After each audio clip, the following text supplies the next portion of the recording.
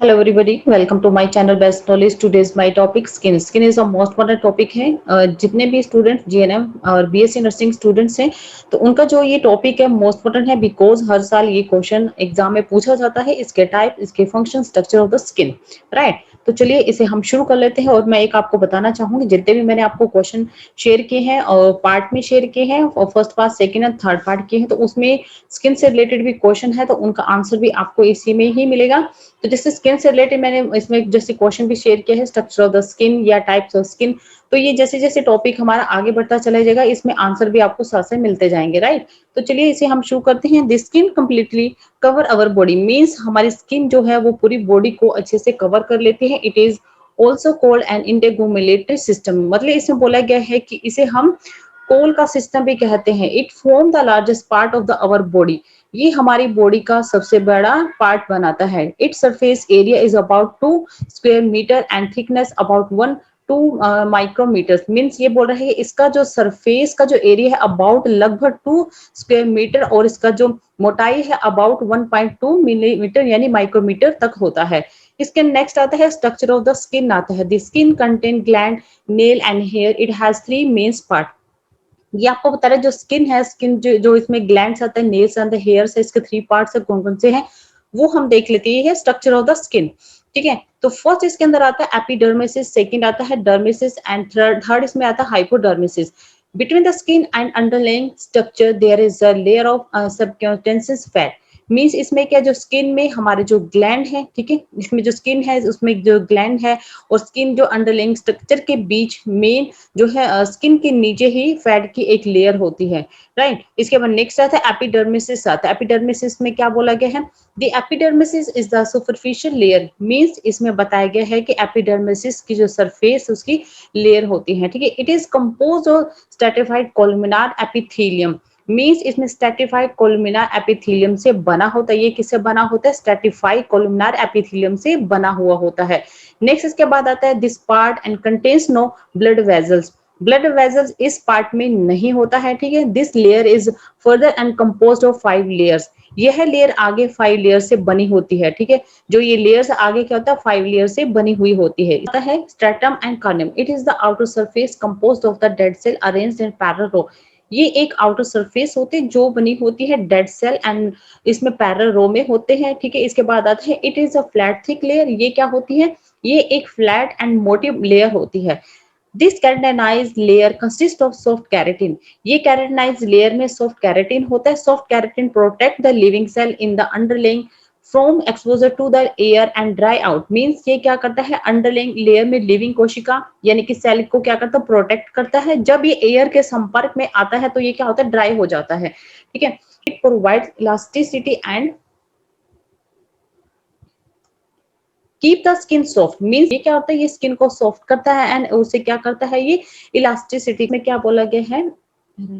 Cell in this layer are constantly being shed through normal aberrations। Means इसमें बोला गया ये इलास्टिसिटी से बना होता और स्किन क्या होती है? सॉफ्ट होती है। इस लेयर में सेल को नॉर्मल एबरेशंस के थ्रू से ही पाया जा सकता है। इसके बाद सेकंड टॉपिक आता है stratum and lucidum. It consist of flat transfer layer of the dead cell that contain a proteins called and eleidin. मतलब इसमें बोला गया है कि इसमें डेड सेल के एक फ्लैट एंड ट्रांसलेट लेयर होते हैं। ये क्या होता है? एलिडिन नामक जो है प्रोटीन होता है, ठीक है। इसमें क्या होता है? एक एलिडिन के नाम से एक प्रोटीन होता है। This layer act as a protective shade against the ultraviolet rays of sun and prevent the sunburn. Means इसमें क्या होता है कि इसमें जो बोला ये लेयर अल्ट्रावायलेट के खिलाफ एक प्रोटेक्टिव शेड के रूप में काम करती है और सन की जो रेज है उसे भी सन को जलने से बचाती है। नेक्स्ट इसके बाद आते हैं this layer appear in palm of hand and sole of heel. ये लेयर हैंड की हथेली में यानी कि palm of hand and sole of heel में दिखाई देती है। उसके बाद थर्ड आता है stratum and granulosum. This layer is 2 to 4 cell thick. ये क्या होता है? ये लेयर 2 से 4 सेल की मोटाई होती है। Cell contain granules of keratin. The process of keratinization which is associated with the drying of cell and with this layer. Means इसमें बोला कि ये लेयर 2 से 4 जो है इसमें सेल की मोटाई होती है और सेल में कैटेनाइन और ग्रैन्युल्स होते हैं। जो इस प्रोसेस में कैटेनाइजेशन इस लेयर के अंदर जो भी जो सेल है सेल के सूखने से क्या होता है? जुड़ जाता है, फोर्थ इसके बाद आता है stratum and spinosum. This layer is composed of several layer of polyhedral cell that have a delicate spine projecting from the surface means and spinosum जो होता है ये क्या होता है, कई जो है लेयर से बना हुआ होता है और ये पॉलीहेड्रल सेल की लेयर इसमें नाजुक होती है, देखिए काफी सॉफ्ट होती है, उनका जो सरफेस है प्रोजेक्टिंग होता है, ठीक है। तो इसमें बोले active protein synthesis take place in the cell of this layer, some new cell are the from here and are push to surface to replace the cell of stratum and इसमें corneum means इसमें बोला गया है कि active protein synthesis इस layer की cell से होता है, कुछ न्यू सेल होता है जो यहाँ बनते हैं और उन्हें बदलने के लिए यानी कि चेंज करने के लिए सरफेस पर पुश कर दिया जाता है स्ट्रेटम कॉर्नियम की कोशिकाओं को, राइट। इसके बाद नेक्स्ट आता है stratum basale. It rest on the basement membrane next to the dermis. ये क्या होता है कि ये बेसमेंट मेम्ब्रेन पे टिकी हुई होती है और ये कहाँ होती है, ये डर्मिसिस के बगल में होती है। It goes to the single layer of the columnar and cuboidal cell, all इसमें है undergoes cell division to replace those shed in the stratum and इसमें है कॉर्नम। मतलब ये जो कोलुमिनार की सिंगल जो लेयर है वो कोस्ट और कॉबिडल सेल उन्हें चेंज करने के सेल डिवीजन होता है, जिसकी stratum and spinosum and stratum basale together are called and stratum इसमें बोला गया है जर्मिनेटिव, ठीक है। इसमें बोला गया है कि इसके अंदर जो स्ट्रेटम कार्नियम में शेड एंड स्ट्रेटम सिप्नोसम और इसमें स्ट्रेटम बेसल की जो एक साथ स्ट्रेटम जर्मिनेटिव कहा जाता है, ठीक है। इसके बाद आता है dermis. It consists of connective tissue. This is composed of collagen, elastic, and reticular fiber. Collagen fiber are very thick. They provide firmness to skin. Reticular fibers are thin and provide a supporting network. Elastic fiber provide flexibility to skin cells of dermis and fibroblast. Flat cell and microphage. These microphage digest the foreign particle blood vessels. Lymphatic vessel nerve ending here and follicle in this dermis is composed of two present layer which are not clearly and separated means इसमें बोला गया है ये जो होते हैं ये क्या होते हैं कनेक्टिव टिश्यू से बने होते हैं, कोलेजन इलास्टिक एंड जालीदार फाइबर होते हैं। फाइबर बहुत मोटे होते हैं, ये स्किन को क्या करते हैं मतलब इसमें थोड़ा जो है प्रोवाइड करते हैं, जालीदार फाइबर पतले और होते हैं और ये सपोर्टिंग प्रोवाइड करते हैं नेटवर्क को।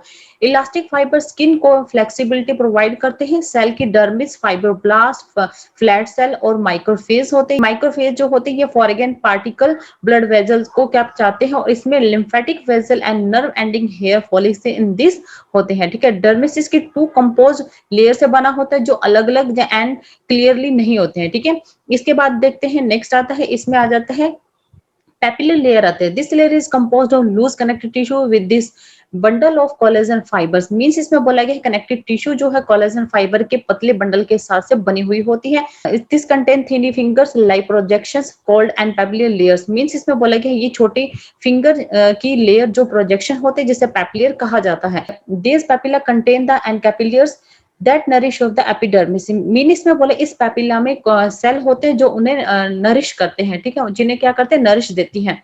नेक्स्ट इसके बाद है it contain nerve ending cold and corpuscles of the touch and इसमें मिसेस इसमें स्किन होते हैं और इसमें नर्व एंड होते हैं, ठीक है। ये टच एंड मिसेस जिन्हें सेल कहा जाता है। These are sensitive to touch at palm and soul.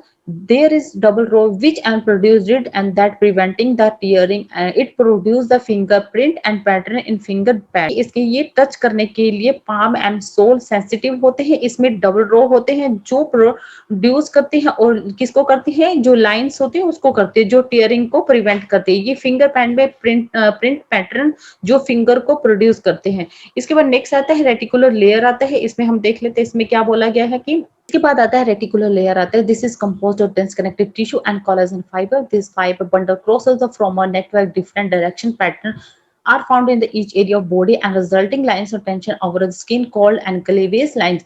Many blood vessels, lymphatic vessel, nerve cell, and subcutaneous gland, hair, root, and present in this layer and respected for deep pressure are also called and penicillin and corpuscles. The best layer of reticular layer contains smooth muscle fiber, especially in genital and nipple area and at the base of ear follicle. Means इसमें बोला गया है ये dense connective tissue collagen fibre से होती है और fibre bundle को क्रॉस करता है एंड नेटवर्क बनाने के लिए कहता है, राइट। यानी कि इसमें डिफरेंट डायरेक्शन पैटर्न पाए जाते हैं। स्किन के लिए प्रत्येक एरिया जो है रिजल्ट स्ट्रेस को लाइन स्किन की दरार यानी कि रेखाएं कहलाती है। Many blood vessels, lymphatic vessels and nerve cell, skin के नीचे ग्लैंड जो हेयर है उसकी जड़ के में वहां पे क्या होता है, एक लेयर प्रेजेंट होती है।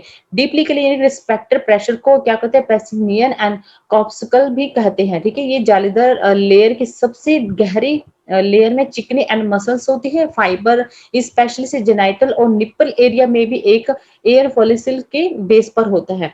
इसके बाद नेक्स्ट आता है, लास्ट आता है hypodermis. It is cold and subcutaneous layer. It is composed of loose fiber connective tissue. This is much and thicker than dermis. It is rich and lymphatic vessel, blood vessels and nerve.